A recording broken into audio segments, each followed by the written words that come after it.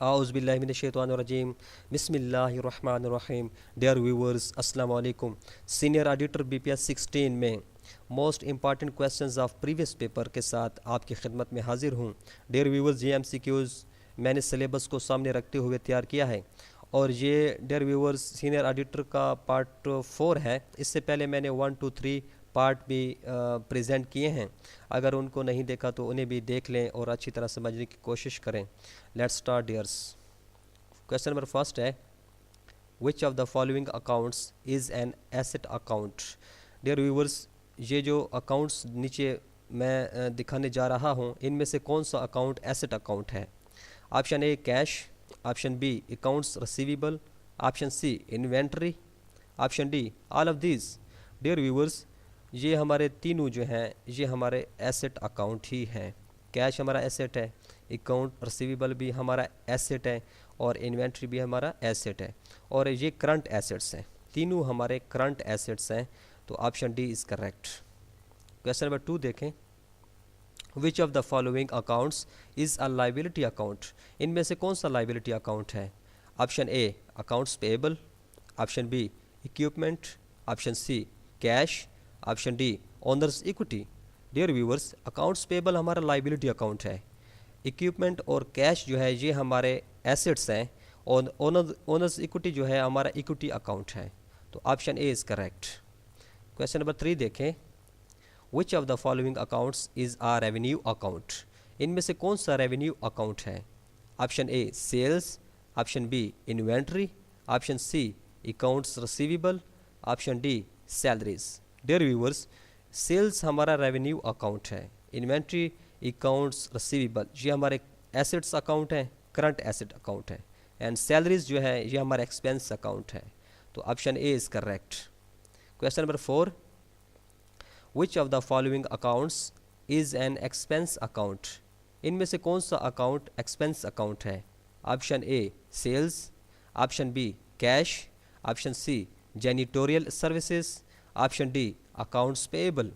Dear viewers, sales हमारा revenue account है, cash हमारा एसेट अकाउंट है, जेनिटोरियल सर्विसेज जो है ये हमारे एक्सपेंस हैं, अकाउंट्स पेएबल जो है ये लाइबिलिटी अकाउंट है।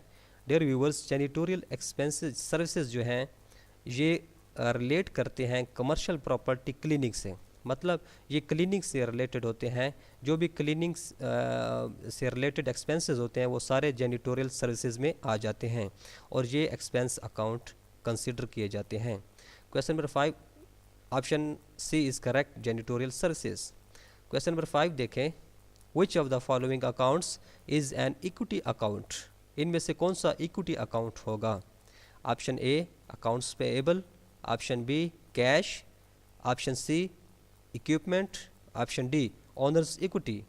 डियर व्यूअर्स, अकाउंट्स पेएबल हमारा लाइबिलिटी अकाउंट है, कैश हमारा एसेट अकाउंट है, इक्विपमेंट भी हमारा एसेट अकाउंट है, ओनर्स इक्विटी हमारी इक्विटी अकाउंट है, option D is correct. Question number 6 देखें, the left side of the account is referred to as. Dear viewers, हमारे अकाउंट की 2 साइड्स होते हैं, एक लेफ़्ट साइड होती है और दूसरी राइट साइड होती है। तो इसमें पूछा गया है कि लेफ़्ट साइड जो होती है अकाउंट की वो क्या कहलाती है? Option A increase side, option B debit side, option C credit sale, option D decrease side. Dear viewers, हमारी जो लेफ़्ट साइड होती है अकाउंट की वो डेबिट साइड कहलाती है, option B is correct. Question number 7, transactions are initially recorded in the. Transactions जो होते हैं वो अमूमन रिकॉर्ड की जाती हैं किस में? ऑप्शन ए लेजर में, ऑप्शन बी सब्सिडायरी लेजर में, ऑप्शन सी जर्नल में, ऑप्शन डी ट्रायल बैलेंस में।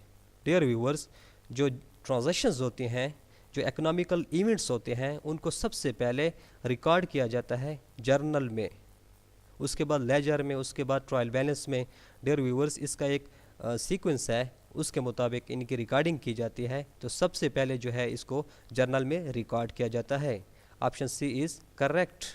क्वेश्चन नंबर 8 देखें, a record prepared to test that the debit balance account is equal the credit balance account is. Dear viewers, एक record जो हम तैयार करते हैं डेबिट बैलेंस को क्रेडिट बैलेंस के साथ इक्वल करने के लिए, इनकी इक्वलिटी चेक करने के लिए जो हम रिकॉर्ड तैयार करते हैं उसको क्या कहते हैं? Option A the chart of accounts, option B the journal, option C the journal ledger, option D trial balance.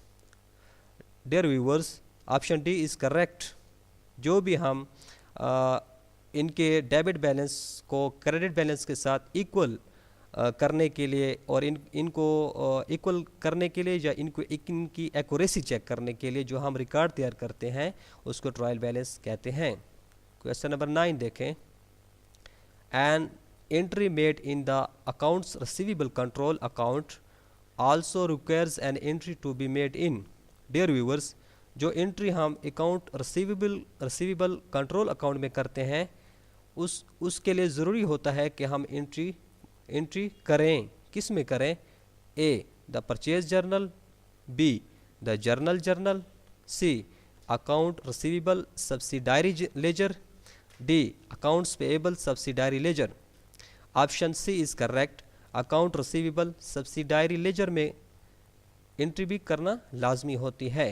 Dear viewers, account receivable control account में एंट्री करने के बाद ज़रूरी होता है कि उसकी एंट्री हम अकाउंट रिसीवेबल सब्सिडायरी लेजर में भी करनी पड़ती है। Option C is correct. Question number 10 देखें। The increase in owner's equity resulting from profitable business operation is called.